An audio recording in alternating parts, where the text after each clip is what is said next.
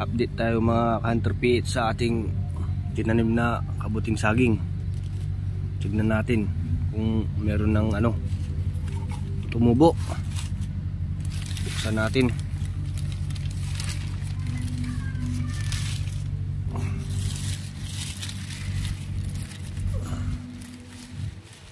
Meron na mga hunter PH. So, may mga tumubo na.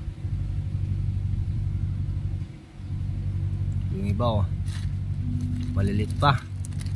Mahigit 1 linggo na rin to.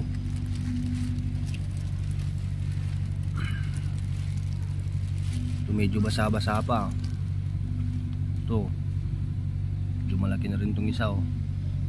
Ito yung isa. Mga 3 araw pa mga hunter PH, makakapitas na tayo ng kabuti ng saging.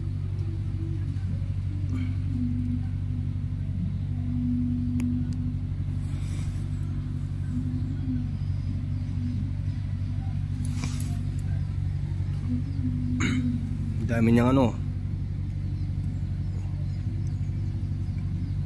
daming tumubo mga hunter PH. Malilit, kaso malilit pa yung iba. Yun, medyo mga malalaki na.